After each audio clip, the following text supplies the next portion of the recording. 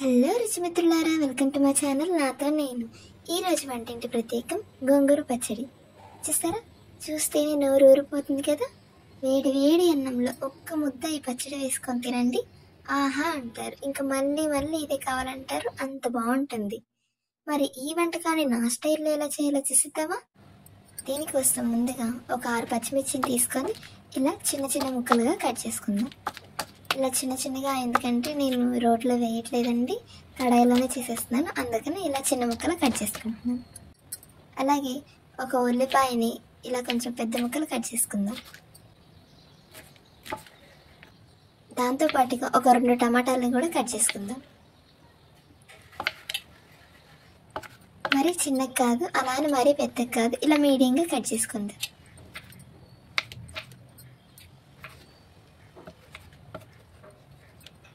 ఇప్పుడు లోతుగా ఉన్న వంట పాత్రను తీసుకొని దాంట్లోకి కొంచెం నూనెని వేసుకుందాం. ఆ తర్వాత కట్ చేసుకున్న పచ్చిమిర్చిని వేసుకుందాం. అలాగే కట్ చేసుకున్న ఉల్లిపాయలను కూడా వేసుకుందాం. దాంతోపాటుగా కట్ చేసుకున్న టమాటా ముక్కలను కూడా వేసుకుందాం. అలాగే కొంచెం జీలకర్రను వేసుకుందాం. ఇలా అన్నీ వేసుకున్న తర్వాత స్టవ్ ఆన్ చేసి మూత పెట్టుకొని లో ఫ్లేమ్లో ఒక 5 నిమిషాలు మగ్గనిద్దాం. ఇప్పుడు 5 నిమిషాలు మగ్గిన తర్వాత మూత తీసి చూస్తే ఇలా ఉంటుందండి.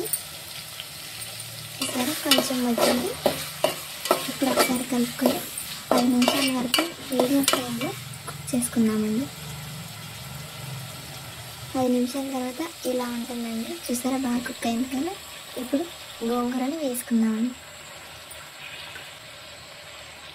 ఇలా గోంగూర మొత్తం వేసుకున్న తర్వాత మూత పెట్టుకొని ఒక 10 నిమిషాల వరకు కుక్ చేసుకుందాం. 10 నిమిషాల తర్వాత ఇలా ఉంటుంది. మళ్ళీ దీన్ని ఒకసారి కలుపుకుందాం.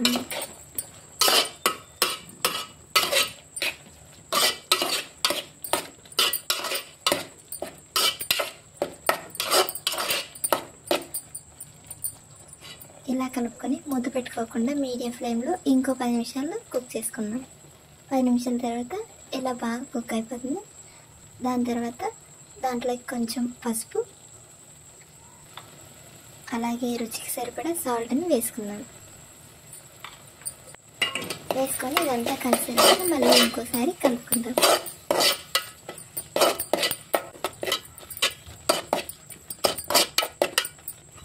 ఇలా కలుపుకున్న తర్వాత ఒక 5 నిమిషాల వరకు లో ఫ్లేమ్లో ఉంచి ఆపేయండి. అంతే. స్టవ్ ఆఫ్ చేసుకున్న తర్వాత కొంచెం చల్లారిన తర్వాత పప్పు గుత్తితో ఈ పచ్చడి అంతా ఎనుపుకున్నామండి. ఇలా నిదానంగా మొత్తం నలిగే వరకు రుబ్బుకుంటే పచ్చడి అద్భుతంగా ఉంటుందండి. ఆ తర్వాత తాలింపు కోసం కడాయిలో నూనెని పోసుకుందాం. అలాగే కొంచెం తాలింపు దినుసులు వేసుకుందాం. తాలింపు దినుసులు కొంచెం చిటపటలాడిన తర్వాత వెల్లుల్లి వేసుకుందామండి.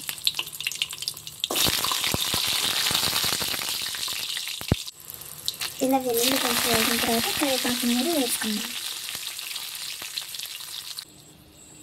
ఇలా చేస్తే నాకు ఇష్టం అండి.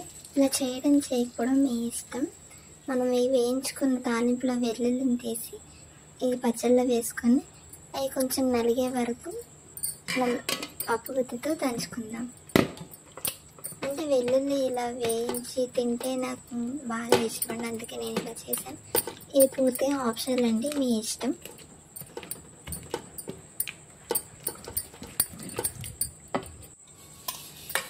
ఆ తర్వాత ఈ పచ్చళ్ళలోకి తాలింపును వేసేసుకుందాం.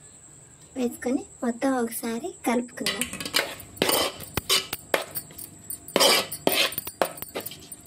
సరే, ఎంత బాగుందో చూస్తేనే నోరు ఊరిపోతుంది కదా.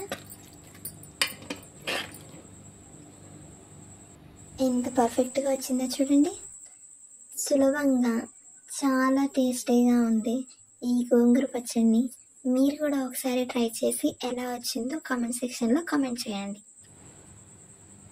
ఇలాంటి మరిన్ని వీడియోస్ కోసం like, share and subscribe to my channel my kitchen diaries. మరో రుచికరమైన వంటల్లో మళ్ళీ కలుద్దాం.